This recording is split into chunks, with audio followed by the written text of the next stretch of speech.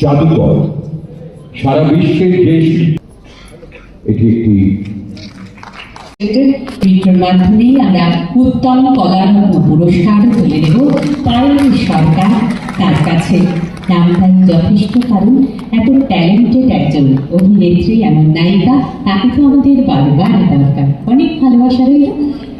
চলে যাব আবারও তনুশ্রী বোস, এক শিল্পী হিসাবেও যে অনন্যা মলানি, তার কাছে এই সম্মান তুলে দিলেন, এই ভালোবাসা তুলে দিলেন। মনে হলো দিদির ভালোবাসা বোনের প্রতি। উত্তম কুমারের আশীর্বাদ, সর্বাগ্রেত তিনি মহানায়ক, চির উত্তম, সর্বোত্তম। অনেক ছিল যাকে দরকার পায়েল সরকার। হ্যাঁ, এখন রেশমি মিত্র, রেশমিদি যখন রয়েছে মাইক্রোফোন তার কাছে। নমস্কার।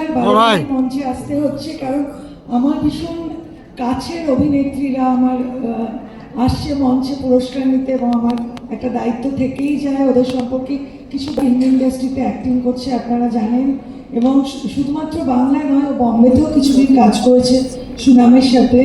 এখন নানান রকম Hindi project, series, Bangla project প্রচুর করছে, সামনে আসা যাওয়া করছে, কাজ করেছে, এবং ওর অভিনয়টা আপনারা দেখেছেন। এবং ও অভিনয়ের বাইরেও যেটা এত সিরিয়াস ওর অ্যাক্টিং নিয়ে, যে ডিরেক্টর হিসেবে আমি মুগ্ধ, আমি বারবারই কাজ করতে চাই।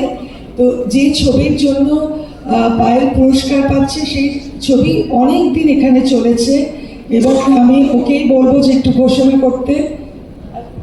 আমার অরণ্যের দিন রাত্রি। আমরা শ্রেষ্ঠ অভিনেত্রীর সম্মান তুলে দিচ্ছি পায়েলকে এই ছবির মাধ্যমে। পায়েল কিছু একটু বল।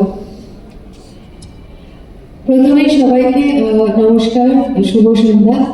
এবং আজকে এই মঞ্চে আসতে পেরে আমি ভীষণ নিজেকে লাকি মনে করছি, কারণ এই মঞ্চ শুধুমাত্র যারা শিল্পী রয়েছেন তাদেরকে রেকগনাইজ করা, অ্যাকনলেজ করা তো একটা বিরাট বড় ব্যাপার বটে।